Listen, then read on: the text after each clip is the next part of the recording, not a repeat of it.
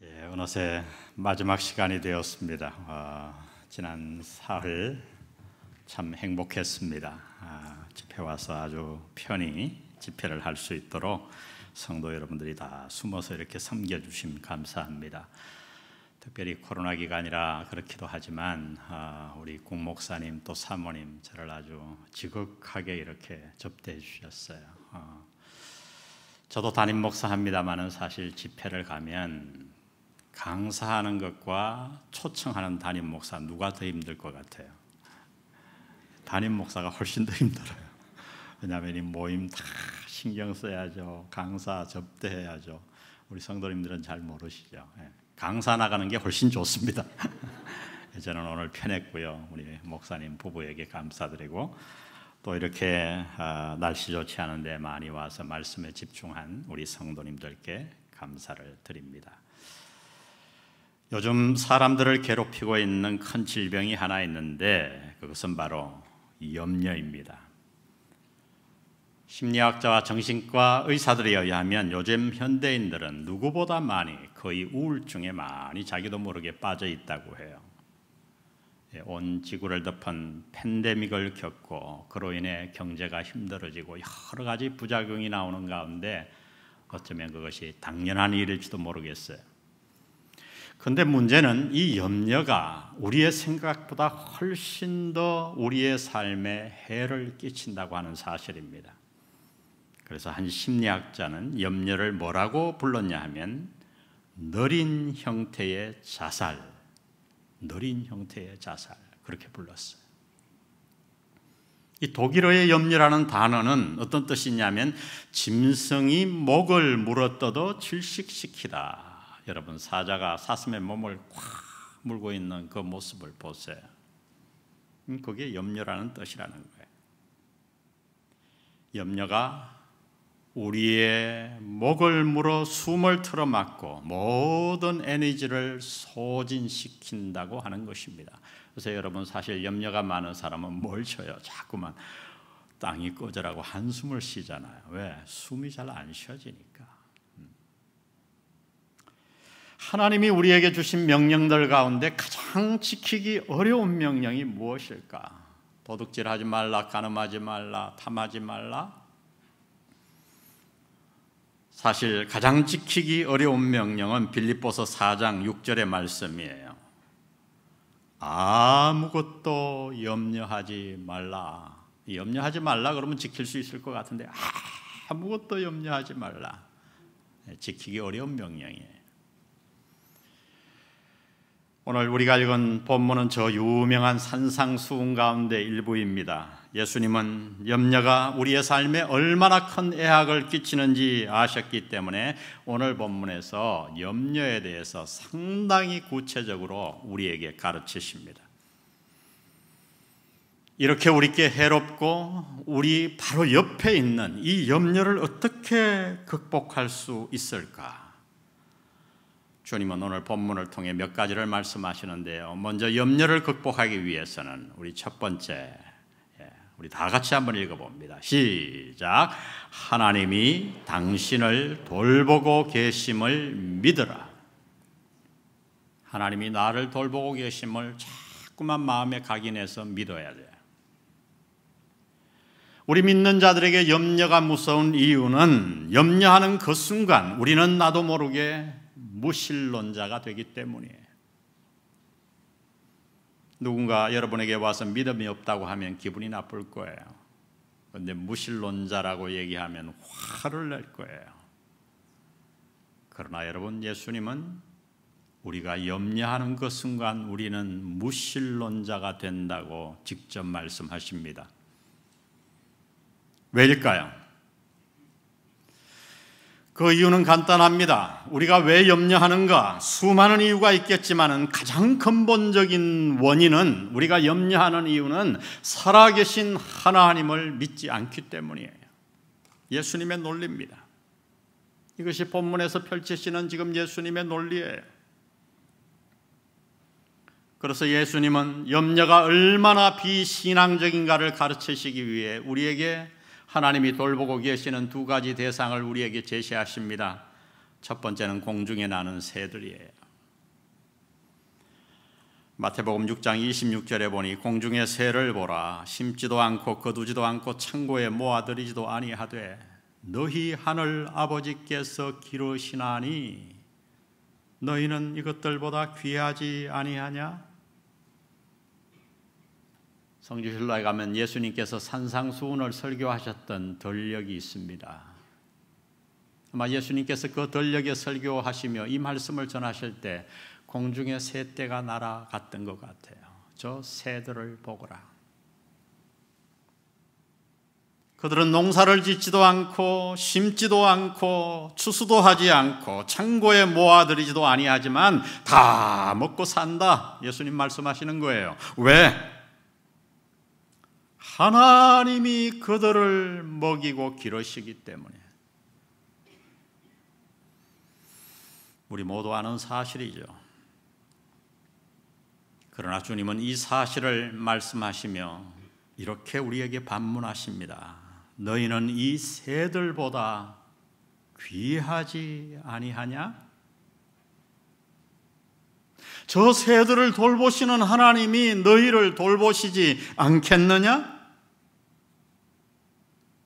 여러분, 그러므로 염려는 알고 보면 아주 비신앙적인 태도예요. 뿐만 아니라 염려는 백해무익하다고 주님은 가르쳐 주십니다. 27절에 보니 너희 중에 누가 염려함으로 그 키를 한 자라도 더할 수 있겠느냐?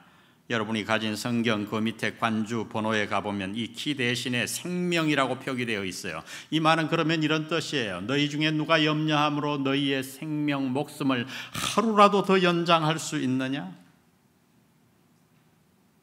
새들이 사는 이유는 그들이 염려하기 때문이 아니라 하나님이 그들을 돌보시기 때문이다. 마찬가지로 너희는 염려함으로 너희 생명을 하루라도 더 연장할 수 없어. 여러분, 우리는 이 땅에 얼마나 오래 살까요? 아시나요?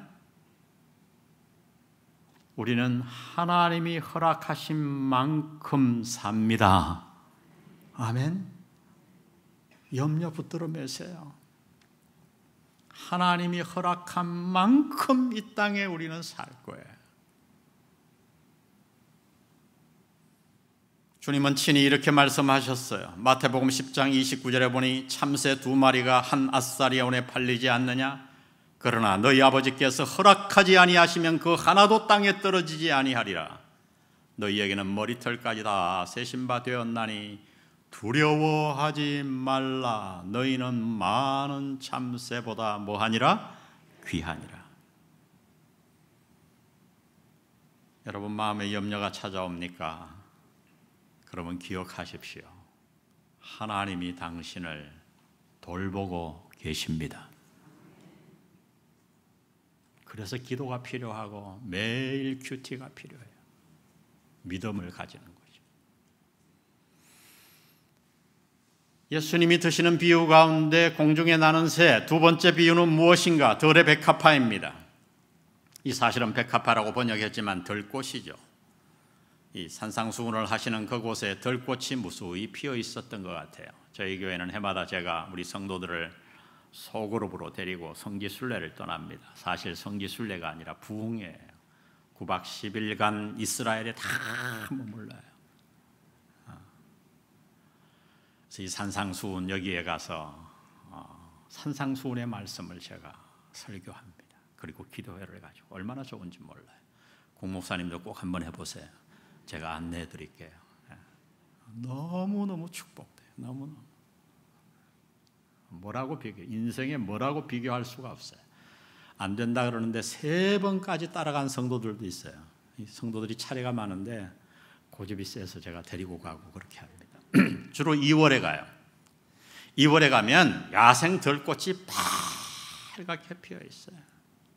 예수님이 말씀하신 그 꽃이 온 들녘을 빨갛게 물들이고 있어요. 얼마나 예쁜지 몰라요. 여러분, 들꽃들은 우리가 아는 대로 배틀에 앉아 옷감을 짜거나 물레를 돌려 명주실을 뽑는 수고를 할 수가 없어요. 그러나 그 아름다움은 자신을 위해 모든 것을 할 수 있었던 솔로몬이 입은 꽃보다 훨씬 더 아름답습니다. 왜요? 하나님이 그들을 입히시기 때문에. 이 사실을 지적하시면서 주님은 이렇게 말씀하십니다. 마태복음 6장 30절에 보니 오늘 있다가 내일 아궁이에 던져지는 들풀도 하나님이 이렇게 입히시거든 하물며 너희일까 보냐. 믿음이 뭐한 자더라? 믿음이 작은 자더라. 여러분, 우리는 왜 염려합니까? 시련이 닥쳐와서? 사업이 흔들려서?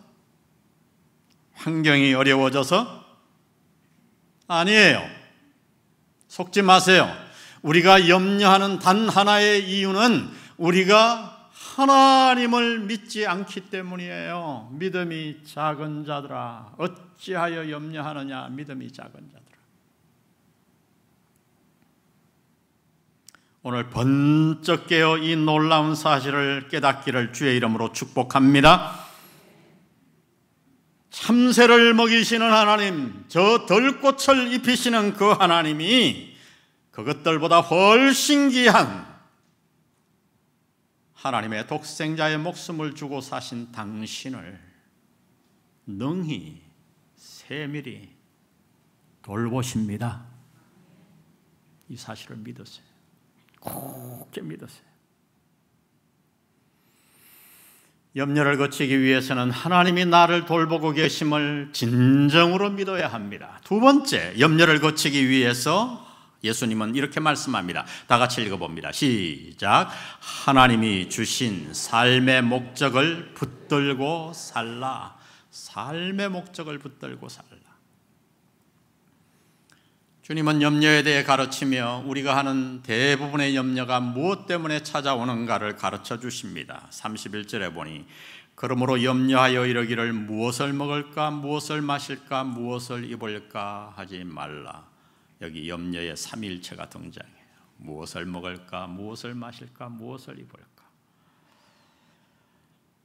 여러분, 우리의 대부분의 염려는 바로 이 땅의 것들로 인해 찾아온다는 말씀이에요. 여러분, 그렇죠?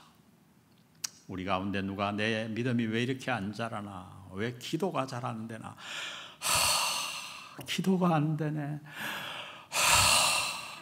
이런 사람 봤어요? 그러면 얼마나 좋겠어요. 다 이 땅의 것들로 찾아와요. 어쩌면 육체를 가진 우리 인간이기 때문에 어쩔 수 없는지도 몰라요.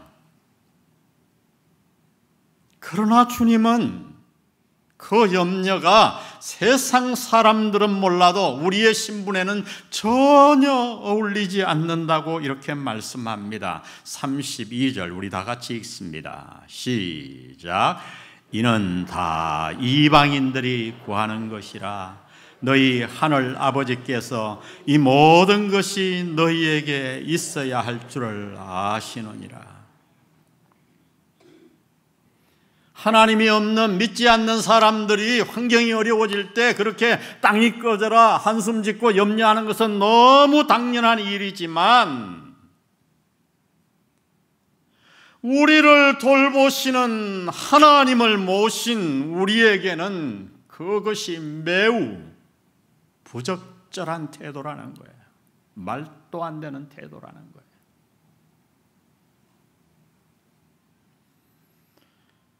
그러면 우리는 믿는 자로서 의식주를 염려하는 대신에 어떤 삶의 태도를 가지고 살아야 하는가? 33절 저 유명한 말씀 주님은 이렇게 말씀합니다. 그런즉 너희는 먼저 그의 나라와 그의 의를 구하라. 그리하면 이 모든 것을 너희에게 더하시리라.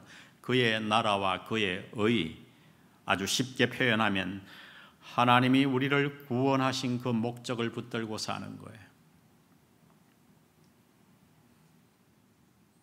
하나님의 첫 번째 목적은 뭐예요? 신학을 아주 간단히 영어로 정리해 놓은 게 있어요. 성경의 사상을. 그것은 what to do가 아니라 what to be. 아주 중요한 단어예요. 행위가 아니라, 뭘 하기 위해서가 아니라 우리는 어떤 존재가 되었고 그런 존재가 되어 가는 거예요. 하나님이 우리를 구원하신 온전한 목적, 성경을 주신 목적 온전하게 함이라, 목회자를 주신 목적 온전하게 함이라, 시련을 주시는 목적 온전하게 함이라. 한마디로 말하면 주님 닮기를 원하는 거예요. 아멘. 여러분, 그게 얼마나 축복인지 상상해 보세요. 여러분 가족 가운데 아버지 엄마가 주님을 닮았어요. 점점 닮아가요. 남편과 아내가 주님을 닮아가요. 그 가정이 얼마나 행복할까요? 축복이죠. 이 헬라어 단어의 염려라는 단어는 메림나테 하는 단어입니다. 이 뜻은 직역하면 마음이 나누이다, 이런 뜻이에요. 누가복음 10장에 보면 예수님이 마르다와 마리아의 가정을 신방을 하십니다. 예수님과 제자 12명, 장년 13명이 들이닥쳤으니 그 두 여인이 얼마나 바빴겠어요. 마르다는 그래서 부엌에서 막 열심히 일을 하는데 뭐가 조용해요. 보니까 마리아가 안 보여. 얘가 어디 갔지 하고 찾아보니까 자기는 축자고 부엌에서 일하는데 예수님 발 앞에 앉아갖고 탁 고상한 척하고 말씀을 듣고 있는 거예요. 여러분, 얼마나 열불이 났겠습니까? 스트레스 만땅이었죠. 부침개는 타들어가지 찌개는 끓어 넘치지. 참다 못한 마르다는 드디어 참다 예수님이 가르치시는 그 방에 뛰어들어가 이렇게 외쳤다고 누가는 보고하고 있어요. 누가복음 10장 40절. 마르다는 준비하는 일이 많아 마음이 뭐한지라? 분주한지라. 메림나테. 예수께 나아가 이르되 주여, 내 동생이 나 혼자 일하게 두는 것을 생각하지 아니하시나이까 그를 명하사 나를 도와주사 주라 하소서. 점잖게 얘기했지만 그날의 장면을 한번 상상해 보세요. 아마도 한쪽엔 국자, 한쪽엔 밥주걱을 들고 주님! 마리아만 원망하는 게 아니에요. 가만두는 주님까지 싸잡아가지고.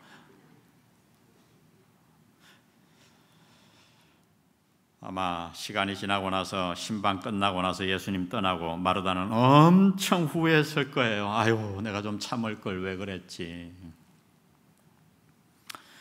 여러분, 그러면 마르다는 왜 그렇게 행동했을까요? 그 이유를 누가는 이렇게 밝혀놓았어요. 마르다는 준비하는 일이 많아 마음이 분주한지라. 여러분, 이 분주하다 하는 단어가 염려예요. 마르다가 그렇게 실수를 한 이유는 마음이 확 나누어 버린 거죠. 성경은 그래서 늘 우리 믿는 자들에게 한 마음을 가지라고 말씀하십니다. 우리가 정말 영혼의 세계를 발견하고 그 세계를, 생명을 소유하였다면 우리는 당연히 그 세계를 향하여 한 마음을 가지고 나아가야 된다고 말씀합니다. 그래서 여러분, 십계명의 첫 계명이 뭐예요? 나 외에 다른 신을 섬기지 말라, 한 마음이에요. 그 말씀을 예수님은 너희는 먼저 그의 나라와 그의 의를 구하라, 이렇게 말씀해 주신 거예요. 목적을 분명히 하고 살라는 거예요. 환경에 휩쓸리지 말고 하나님이 나를 십자가 보혈을 통해 구원해 놓고 오늘 데려가지 아니하시고 이 땅에 남겨놓으신 그 목적을 알고 그 목적을 위해 살아가라는 거예요. 그러므로 여러분, 우리 마음에 염려가 많다는 건 뭔지 아세요? 그 염려는 붉은 신호등이에요. 염려가 내 마음에 많다는 것은 나도 모르게 내가 삶의 목적을 잃어버리고 산다는 거예요. 마음이 나뉘었다는 거예요. 혹시 여러분의 마음에 염려가 많으면 인생의 우선순위를 점검해 보세요. 아마도 여러분의 마음을 관찰해 보면 염려하는 그 이유가 하나님 외에 다른 어떤 것을 첫 자리에 놓고 살았기 때문일 거예요. 틀림없습니다. 기도하면 나와요. 여러분, 그것을 과감하게 떨쳐내야 돼요. 하나님을 다시 인생의 우선순위 첫 자리에 올려놓으셔야 돼요. 자녀, 배우자, 돈, 사업, 공부, 건강, 그것이 무엇이더라도 그것이 삶의 우선순위 첫 자리에 놓인 순간 우리는 염려에 사로잡히게 되어 있어요. 하나님 외에 다른 것들을 섬기고 있는 거예요. 우리는 먼저 그의 나라와 그의 의를 구하지 않고 있는 거예요. 삶의 목적을 다 잃은 채 이방인 때와 같이 사는 거예요. 그러므로 여러분, 염려를 극복하기 위해서는 먼저 삶의 목적을 분명히 하십시오. 나는 왜 사는가? 무엇을 위해 사는가? 나는 정말 하나님의 나라와 하나님의 의를 구하며 사는가? 그것이 내 삶의 우선순위 1번이요 삶의 목표인가? 혹시 하나님과 이 세상에 그 무엇을 두고 내 마음이 나뉘인 것은 아닌가? 우리의 인생에 해악을 끼치는 염려를 거치기 위해서 주님은 가르쳐 주십니다. 하나님이 나를 돌보고 계심을 진정으로 믿어야 돼요. 그리고 하나님이 주신 삶의 목적을 붙들고 살아야 돼요. 아멘. 마지막으로 예수님이 염려를 거치는 방법으로 가르쳐 주신 것 세 번째입니다. 우리 다 같이 한번 읽습니다. 시작. 한 번에 하루씩 살아가라. 한 번에 하루씩 살아가라. 아주 중요한 말씀이에요. 사실 이 세 아웃라인 중에 저는 이것이 가장 중요하다고 생각합니다. 한 번에 하루씩 살아가라. 예수님의 가르침이에요. 보통 우리는 이 산상수훈의 염려에 대한 가르침을 그 결론이 33절이라고 알고 있어요. 이 말씀이 너무 유명해서 너희는 먼저 그의 나라와 그의 의를 구하라. 그리하면 이 모든 것을 더하시리라. 너무너무 유명한 말씀이잖아요. 그러나 여러분, 사실 이 단락을 보면 이 33절 다음에 한 구절이 더 있어요. 이 단락은 어떻게 결론을 맺고 끝내는가? 34절입니다. 다 같이 읽습니다. 시작. 그러므로 내일 일을 위하여 염려하지 말라. 내일 일은 내일이 염려할 것이요 한날의 괴로움은 그날로 족하니라.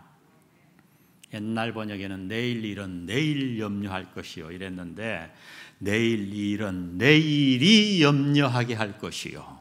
헬라 원어를 아주 잘 번역했어요. 의미가 다 많이 달라요. 여러분, 이것이 바로 염려에 대한 예수님의 가르침의 결론이에요. 아주 쉽게 얘기하면 우리는 우리가 사는 날들 가운데 이틀만 극복하면 염려에서 해방될 수 있다는 거예요. 그 이틀은 무엇인가?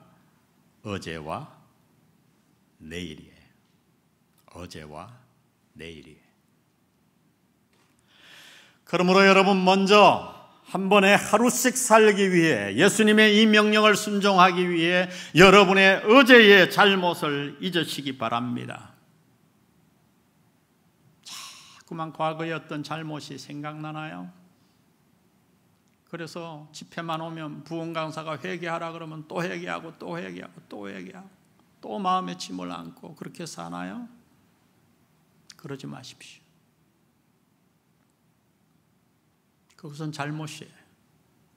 어떤 분은 막 고상하게 이렇게 얘기해요. 하나님은 나를 용서하셨을지 모르지만 나는 나를 용서할 수 없어.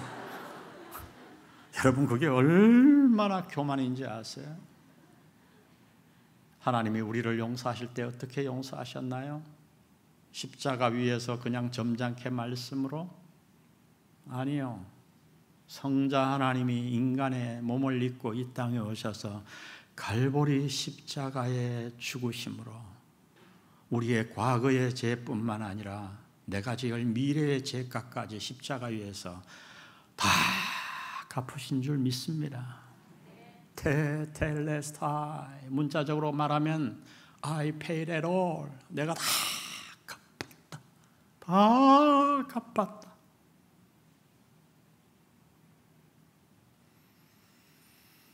예수 믿고 나서도 우리는 죄를 짓지요. 그럼 어떻게 해야 됩니까? 그 방법에 대해서도 깨끗함을 받는 방법을 하나님은 이렇게 말씀해 주셨어요. 요한일서 1장 9절. 만일 우리가 우리 죄를 자백하면 그는 미쁘시고 의로우사 우리 죄를 사하시며 우리를 모든 불의에서 깨끗게 하실 것이요. 조건은 딱 하나예요. 만일 우리가 우리 죄를 자백하면, 이 자백하다 호몰로게오, 아주 쉽게 얘기하면 같이 말하다. 여기에서 바로 호모라는 같다라는 뜻이 나온 거죠. 남자와 남자 사귀는 사람을 호모 이렇게 부르잖아요. 이 호몰로게오, 자백하는 거예요. 다시 말하면 하나님은 내 잘못을 다 보고 계시잖아요. 그러면 우리가 잘못을 범하고 나서 하나님 앞에 나아가 어떻게 하면 되냐? 회개인데 어떤 회개냐? 자백하면 하나님이 보신 그대로 변명하지 말고요. 회개하긴 하는데 나와서 하나님 제가 어제 화를 냈습니다. 용서하여 주옵소서. 그런데 아시죠? 저 인간이 내 마음에 불지른 거 아시죠? 여러분, 그거 자백 아니에요. 그는 하나님께 맡기고 하나님이 보신 그대로 아뢰는 거예요. 자백하면 하나님이 모든 죄를 사하실 줄 믿습니다. 깨끗해지는 거예요. 하나님은 우리가 자백하고 회개한 어떤 죄에 대해 기억조차 아니하시겠다.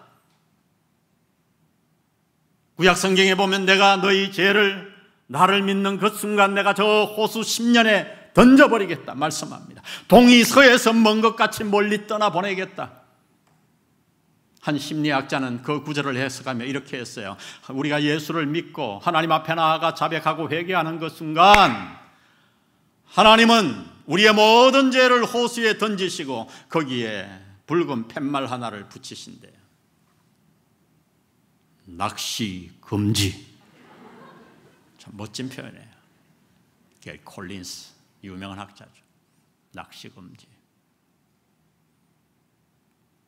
여러분, 자꾸만 하나님 앞에 회개하고 용서받은 죄악이 떠오르더라도 사탄에게 속지 마세요. 거기 가서 자꾸 낚시하지 마세요.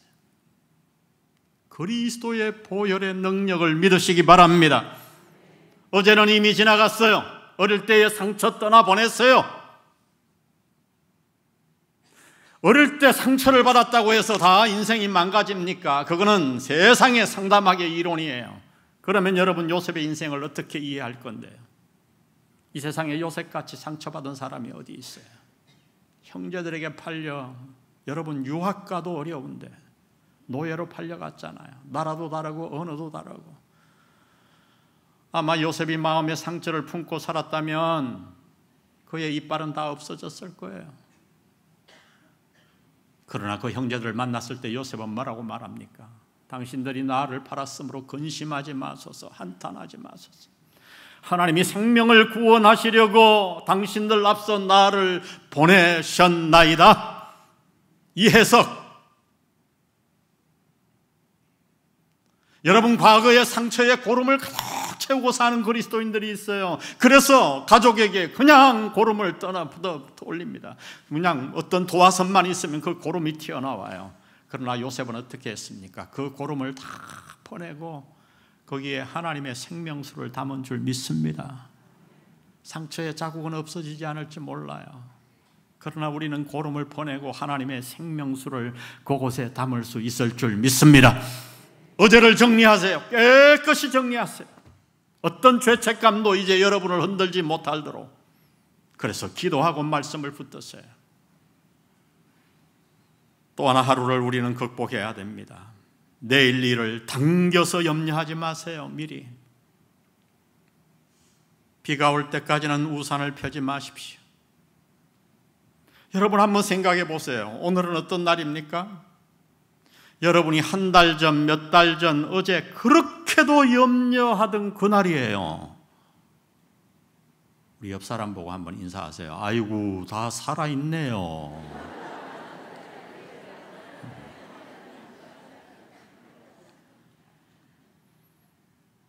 여러분, 하나님은 내일의 시간을 우리에게 맡긴 적이 없어요.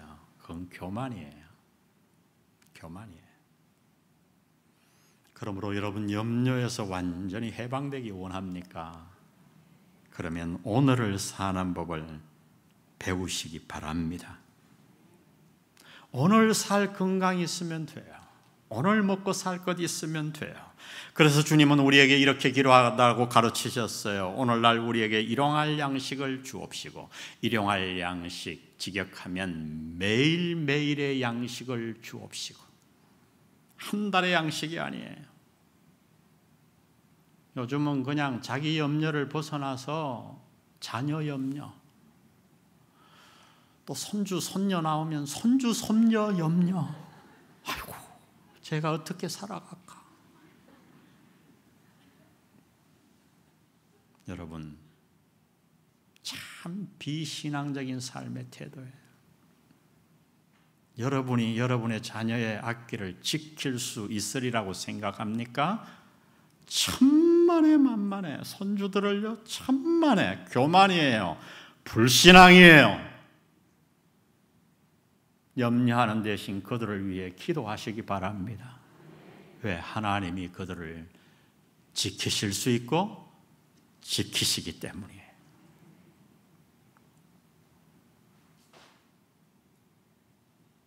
왜 우리는 오늘을 살아야 합니까? 그 이유는 오늘 우리에게 주시는 나를 향한 하나님의 축복을 우리가 놓치지 않기 위함이에요. 자, 죄송한 말씀이지만 이렇게 상상해 보세요. 여러분이 내일 죽어요. 언제요? 내일 죽어요. 그러면 여러분 오늘 뭘 염려할까요? 암? 염려가 돼요? 아니, 내일 죽는다니까. 사업? 상상해 보세요. 근데 여러분, 내일 생명을 누가 보장하죠? 내일 일은 내일이 염려하게 할 것이요. 주님 말씀합니다. 한날의 괴로움은 그날의 족하니라. 얘들아, 하루씩 살거라. 제가 말씀드렸죠. 저는 한 본문을 가지고 때로는 몇 개월을 막 묵상하고 그래요. 등산을 하며 바닷가를 걷다가도 제가 집사람하고 이렇게 걸으면 제가 숙연해지면 알아서 뒤로 쫙 빠져줍니다. 아, 계시를 받는구나. 제가 묵상하기 참 좋아해요. 제가 이 본문을 읽고 아침마다 눈을 뜨자마자 드리는 기도가 있어요. 침대 위에서 드리는 기도. 한 번도 안 빠졌어요. 집에 와서도 한 번도 안 빠졌어요. 이렇게 기도합니다. 눈을 뜨고, 하나님, 또 하루를 주셨네요. 어젯밤 데려가셔도 됐는데 또 하루 주셨네요. 하나님, 이 하루 어디에다 쓸까요? 어떻게 쓸까요?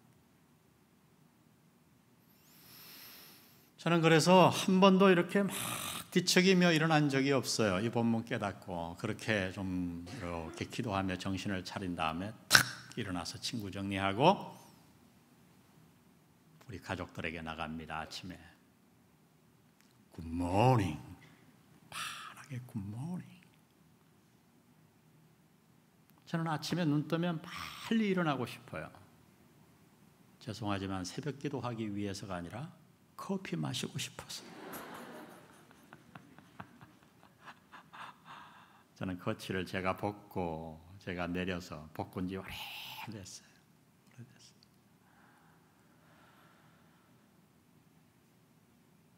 여러분, 하루 얼마나 귀한 하루입니까, 여러분? 여러분이 염려로 낭비하는 이 하루가 어떤 하루인지 아세요? 그 하루는 누군가 병상에서 그렇게 살고 싶어 했던 하루예요.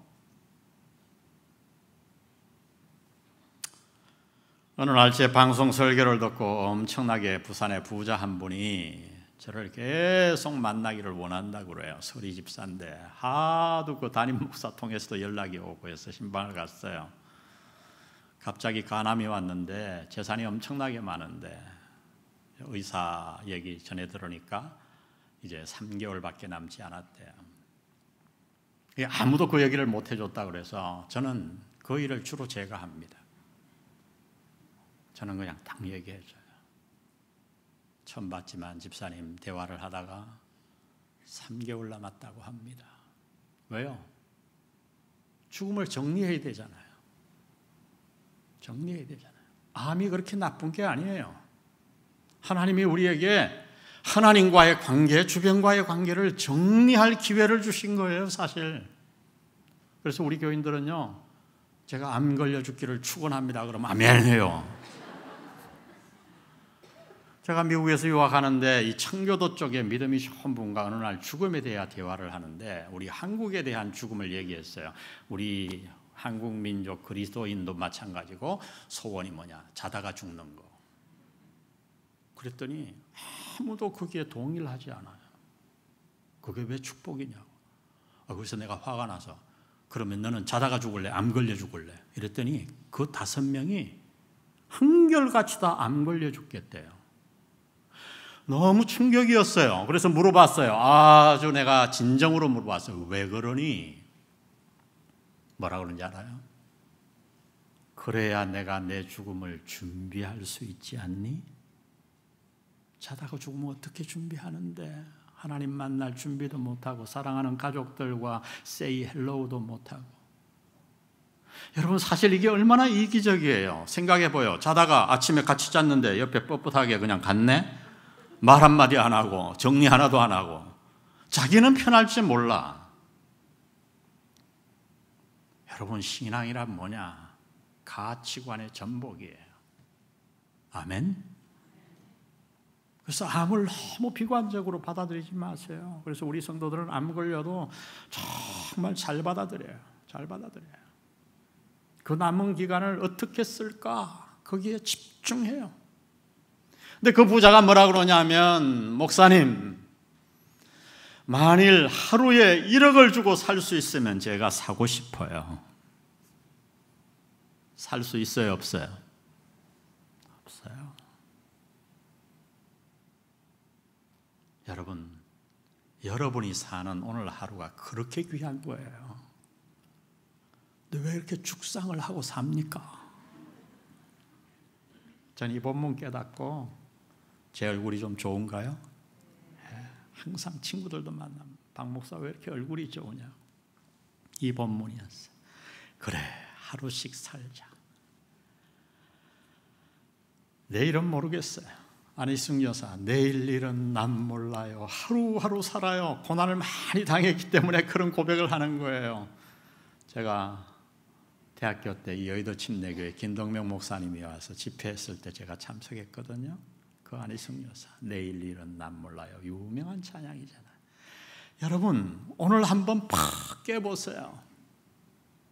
내일을 떠나보냈어요. 어제를 떠나보냈어요. 그리고 하나님이 오늘 주신 그 하루를 사세요. 놀라운 기적이 일어나요. 놀라운 기적이 일어나요. 왜 어제와 특별히 내일을 우리가 떠나보낼 수 있나요? 믿기 때문에, 하나님을 믿기 때문에. 오늘 점심에도 국 목사님이 점심 사주실 거죠. 메뉴가 뭔지 궁금해 죽겠어.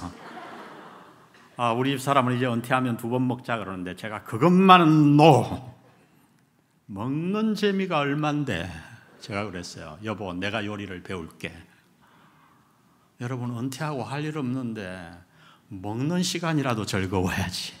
전 그래서 굉장히 즐겁게 먹어요.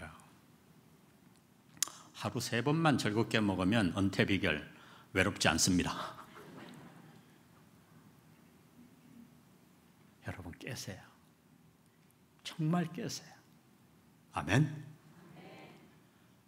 혹시 모르겠어요. 제가 은퇴하고 여러분 한번 설치듯이 볼 수 있으면 지금보다는 얼굴이 3배, 4배로 밝아주시기를 바랍니다. 예수 믿는 자는 얼굴이 달라져야 돼요. 달라져야 돼요. 오늘 이 말씀이 우리에게 큰 은혜 되기를 바랍니다. 마지막으로 빌립보서 4장 6절에 보면 이렇게 말합니다. 아무것도 염려하지 말고 오직 모든 일에 기도와 간구로 너희 구할 것을 감사함으로 하나님께 아뢰라. 근데 우리는 어떻게 해요? 모든 것을 염려하고 아무것도 기도하지 않잖아요. 그러니 이게 어떻게 되겠어요? 아무것도 염려하지 말고 오직 모든 일에 기도와 간구로.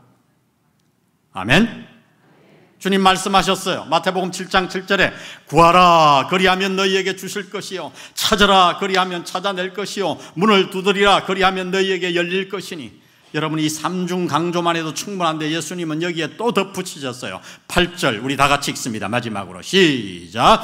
구하는 이마다 받을 것이요 찾는 이는 찾아낼 것이요 두드리는 이에게는 열릴 것입니다.